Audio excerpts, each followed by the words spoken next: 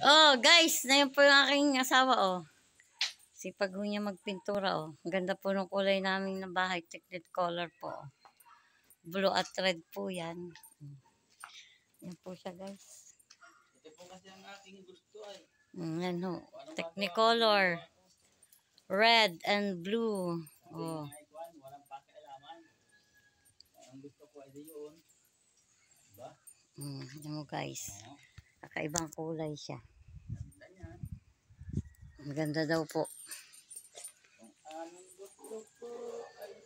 Tigre, nagwawala na naman.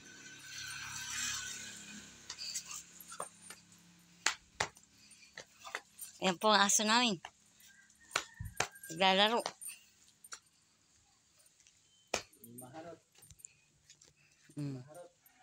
Ganda po, guys. Blue at red. Oh, nagkakulay yung bahay.